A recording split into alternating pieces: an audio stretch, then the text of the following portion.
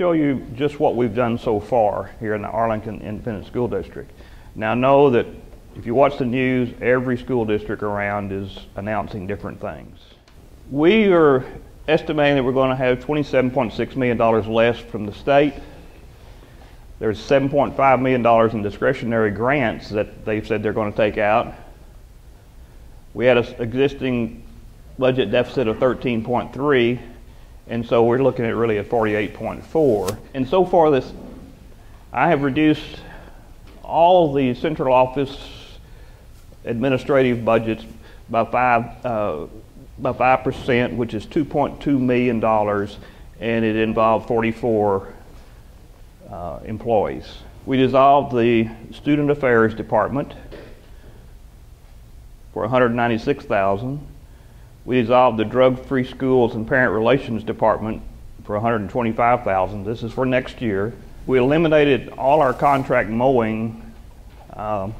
We have 74 different campuses, and we'll just do our mowing with the staff that we have, which basically says we're not going to mow as often. We eliminated the printing of our wall calendar that goes out every year, and in fact we honored the students last night about whose work was in there in the wall calendar. That'll save us $40,000. We're not going to have our convocation at the beginning of the school year for all our teachers at Nokia. That saved us $12,000. We had a rental with University of Texas at Arlington for Maverick Stadium since the 80s. Bowie High School and Arlington High School play their home games there, but we're not going to do that contract, and they'll play their games at either Wildman or Cravens. We're closing a Turning Point Elementary, which is not far from here. This is an alternative school for our elementary students who are having behavior problems. We're not doing away with that program, we're just moving it out to different campuses and splitting it up. And then we're going to use this building, Turning Point, to house office spaces and that we rent at the present time. That will save us $169,000. We eliminated the Success program, which is for elementary schools, which is for students who are not, you got to a point where they need to go to an alternative school, but they need some additional help in their behavior one-on-one. These are elementary students, a lot of 1 through 6, and we eliminated that program to save us $578,000. We reduced the district's contribution to health insurance by $25 for professional employees and $10 for others, and that'll save us $1.2 million. We eliminated 2 kindergarten teaching assistants per elementary school. That would save us $1.6 million. We eliminated a receptionist position at every secondary school. Save us $365,000.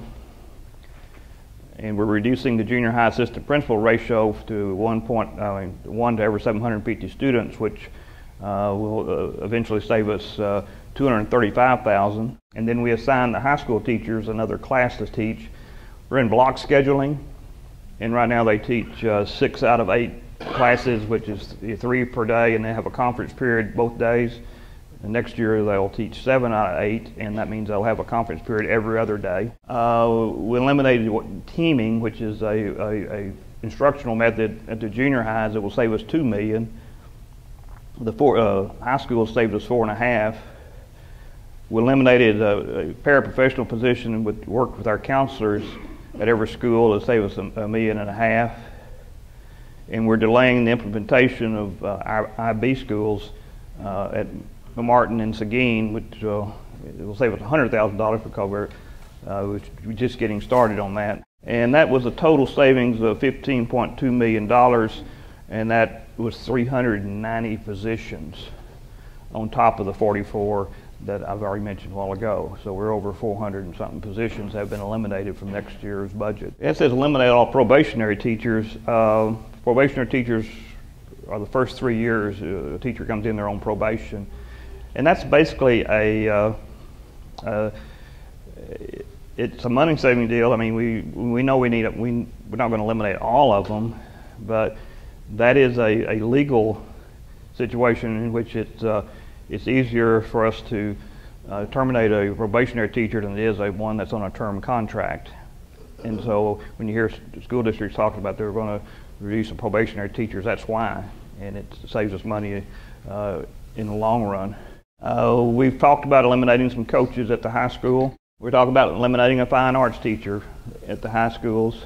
We have some attendance officers that we could reduce, and we have some intervention specialists. These are counselors that deal with drug and alcohol that we could reduce. Reduce our 5th and 6th grade, or not reduce, but eliminate our 5th and 6th grade orchestra and band programs, which is very popular. But these are considerations. That'll save us $1 million if we did that. And then there's a cooking out education center that works with our pre-K and some special ed students over on North Center, right north of First Methodist Church, one of our old elementary schools. That is not something I will recommend to the board. That was just something we put up there, but I'm not going to recommend that at all. And then we talked about maybe closing one of our junior highs. But it takes more than the 3 or 4 months I have to do that, but that may be in the long range. A couple things there. They talked in Austin about giving us some leeway on 22-to-1 at K through 4, and also we could do a RIF. But we get the preliminaries April 28th, I believe it is. Our tax rate's $1.04. If we raise our tax rate to $1.05, which would be 1 penny, we can't do that without having an election. And that will raise us about, the whole 13 cents will give us $33 million. So what's that, $2.5 million a penny would get us? If a school board adopts a tax rate above its rollback rate, it must hold election to ratify that rate. Majority of voters favor, then that goes up. If it's not approved, it goes back to $1.04. So when can we have a rollback election or a tax ratification election? The earliest we could have it is June the 15th, I believe it is, or 18th. The estimate of our values, then we can start the process. And we can use the estimate now in the law. And we can adopt the tax rate even before we adopt our budget. But in the tax rate election must be held between 30 and 90 days after you raise your tax rate. Hey, I know it's a lot of information I gave you.